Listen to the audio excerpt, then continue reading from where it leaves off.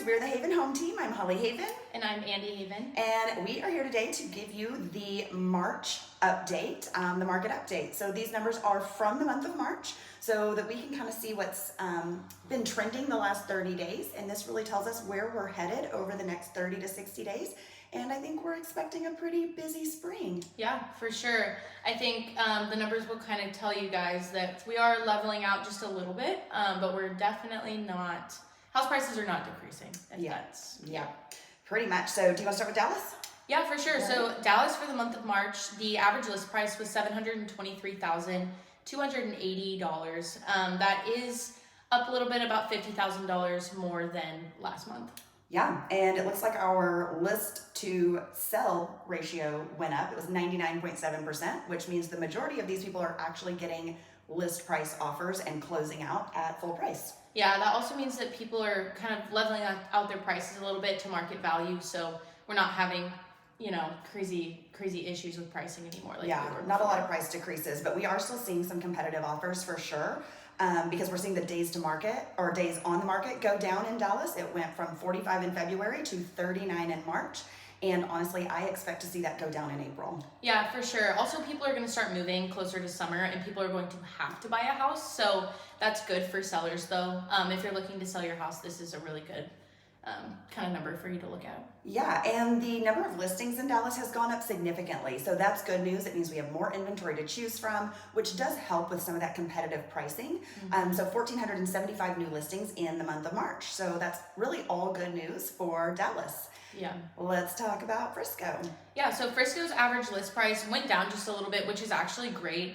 It was getting so high that it was pricing people out of the market. So this month we're at $834,558. We're only down about $50,000 here as well from last month, but it's evening out the market. We're becoming more of a balanced market, in my opinion. Yeah, for sure. And what we're seeing on that sell to list price ratio for March, it was 99%. So that means we were, if we're overpriced, we start taking price decreases. We have to sell below list price. So it feels like we're getting a little bit better handle on the market and the pricing and the expectations. Yeah. And so that's really what I think we're feeling there with that average list price dropping a little bit. That also means we might be having a little bit more competition with offers. Yeah. Even if you're coming in 50,000 below asking, there's still people that are bringing in offers at asking or just a little bit under asking. So yep, we're seeing it personally on our own listings.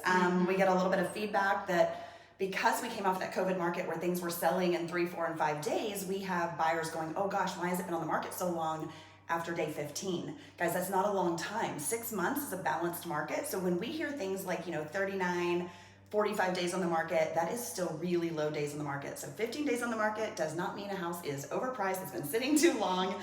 We're really just getting back to a little bit more steady, stable market. So Frisco saw 48 days average to sell, and that was down from 59 in February. So again, tells us we're picking up pace. People are really starting to move forward as we get into these spring and summer months. Yeah, and we about doubled in new listings this month, right at 263 new listings. That's still really, really low for the entire city of Frisco, but it's giving buyers some more options in the market. Yeah, because it's still up a little bit from last month, so that's great news. And then as we move to Prosper, we're going to see some similar trends here. We saw the average list price in Prosper drop again by about $40,000 this time, so $929,000 was the average. And our sale to list ratio stayed about the same at 97%. Yeah, so I'm thinking these numbers are going down because a lot of the new builds are finally closing out. Yep. We were kind of at a standstill there for a couple of months around December, January, February, just because their materials were low, people aren't working during holidays, so it's kind of slowing the process, but that's why we're seeing that go down just a little bit. Yeah, so we start to see those price adjustments, and we talk about this every month where Prosper and Celina has so much new construction that it affects the numbers a little bit differently than some of the more established neighborhoods and cities. So days to sell in Prosper did drop slightly. It went from 79 to 74 in the month of March. But now we do have 146 new listings in the month of March. So that went up by about 50 to 60 new listings. So that was great news. Yeah, and that days on market, or days to sell, as we're calling it, that is going to be higher in Prosper and Celina, like we were saying, because of the new construction, because it does take longer to close. So. Yeah, so what will happen with builders, sometimes they put it on in the early stages of building and they get it contracted maybe in stage 3 or 4 even.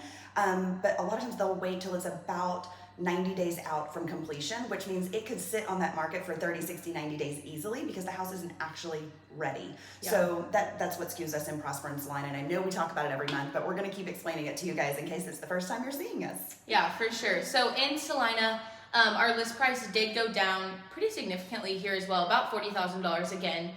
This is great news again. Just if you're trying to get into the market, it is allowing buyers just a little bit more option and kind of some flexibility in their budget there. We did kind of drop just a little bit to 97.7% sales to list price ratio, which again, that's great for buyers.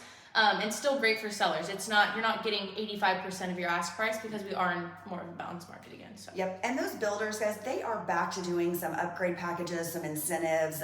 They are getting negotiable on pricing, especially if they're in a closeout. We experienced this in Prosper last week in Windsong, where some of the builders are starting to close out. They're like, hey, these are our last final 5 deals, and they can be negotiable because they want that neighborhood to be complete so they can move to the next one. So that's part of the reason we're seeing this average list price go down. We're seeing this list to sale price ratio go down in those 2 cities specifically. I do think that has a pretty significant impact on those numbers. Yeah, for sure. Moving on to days to sell, we are down a little bit, about 10 days less than last month at 66 days to sell. And then again, this is great for everybody because the buyers want to sell quickly or buyers want to buy quickly and the sellers want to sell quickly. So yeah, and more new listings. So 139 new listings, which is great. That's up from 80 last month. So guys, really all of these numbers, they kind of continue to reiterate the story from last month, right? Mm-hmm. We're still saying we're in a very strong market. We still have exceptional equity built into these homes. We do anticipate prices to continue to go up year over year. We're hearing a lot right now where people are saying, I'm just going to wait to buy until the interest rate drops. Yeah. And that's not a terrible idea, right? Because nobody wants to pay high interest rate. However, put yourself in the scenario of if I can go buy right now and I'm not competing with as many people because so many people have that mindset, I can get a house under contract today. Maybe it's 6.25, right? 6.12, right? That's kind of what we're seeing on a conventional right now. They have the opportunity to refinance that in 6 months when we do actually expect rates to be lower. Yeah. But put it into perspective, if you wait that 6 months, the rates have dropped, maybe they're at 5-ish, and you start competing, you're gonna have to be very competitive. You're gonna have to bring potentially cash over. You're gonna have to give some things away in order to win that contract. So just some things to consider if you're buying in a less competitive market, which is just slightly less competitive right this minute than we expect it to be over the next few months. So yeah, we're also a lot less competitive in the first 15 days from what we've been seeing.